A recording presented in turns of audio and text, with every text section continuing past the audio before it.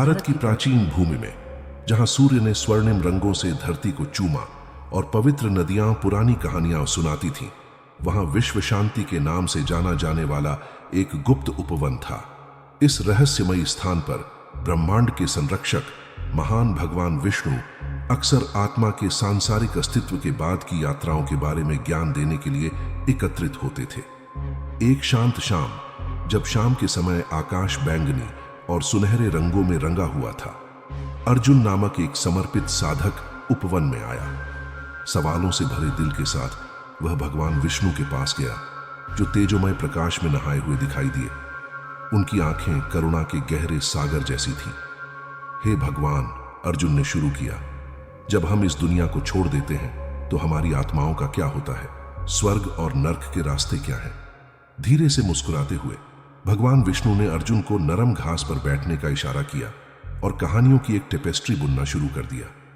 शरीर छोड़ने के बाद प्रत्येक आत्मा जो मार्ग अपनाती है, वह उसके जीवन में संचित अच्छे और बुरे कर्मों से निर्धारित होता है। पृथ्वी पर किए गए चुनाव एक अनूठी चित्रपट बनाते हैं, जो दो अलग अलग क्षेत्रों की ओर ले जाती है। उसने स्वर्ग की ओर फैले एक जगमगाते रास्ते की ओर इशारा किया।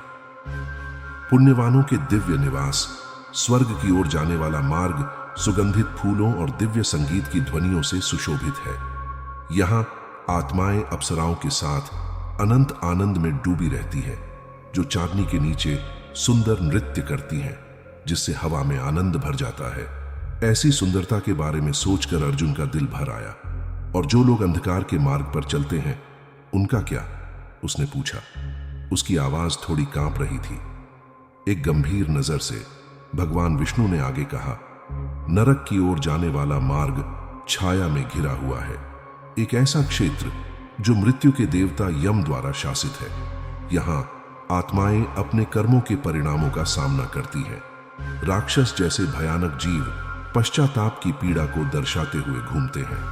नरक में रहने वाली हर आत्मा को अपने गलत कामों के कारण परीक्षाओं का सामना करना पड़ता है। लालच में डूबी आत्मा खुद को सांपों के गड्ढे में पा सकती है, जबकि घमंड में चूर आत्मा उसी धरती के तत्वों द्वारा भस्म हो सकती है जिस पर उसने श्रेष्ठता का दावा किया था। यह सोचकर अर्जुन कांप उठा। क्या नरक में रहने वालों के लिए कोई उम्मीद नहीं है? हर कहानी में एक सबक छिपा है प्यारे अर्जुन, विष्णु ने जवाब दिया। नरक में भी लपटें जल सकती हैं, लेकिन वे शाश्वत नहीं हैं। सच्चे पश्चाताप और अपनी गलतियों के एहसास के साथ कुछ आत्माएं मुक्ति के मार्ग पर चढ़ सकती हैं। उन्हें दया और विनम्रता सीखनी चाहिए, अच्छे कर्मों के बीज बोने चाहिए, जो अंततः उन्हें प्रकाश की ओर वापस ले जाएंगे। जैसे जैसे शाम गहराती गई, अर्जुन को लगा कि उसके भीतर एक बोध खिल रहा है।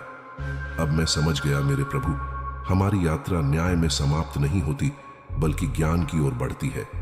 भगवान विष्णु ने सिर हिलाते हुए कहा, वास्तव में हर आत्मा अपनी पसंद के अनुसार एक अनोखी यात्रा पर निकलती है। ये रास्ते में सीखे गए सबक हैं जो अस्तित्व के सार को परिभाषित करते हैं। याद रखें, सच्ची दिव्यता अनुभव के माध्यम से बढ़ने, प्रेम को अपनाने और दयालुता फैलाने में निहित है। जैसे ही अर्जुन जाने के लिए उठे, उपवन में बदलाव महसूस हुआ। स्वर्ग और नर्क की कहानियां उनके भीतर गूंज उठी। एक सौम्य अनुस्मारक कि जीवन केवल परलोक की ओर जाने का मार्ग नहीं है, बल्कि सद्गुणों का एक पवित्र नृत्य है, ब्रह्मांड के साथ एकता की ओर एक दिव्य यात्रा।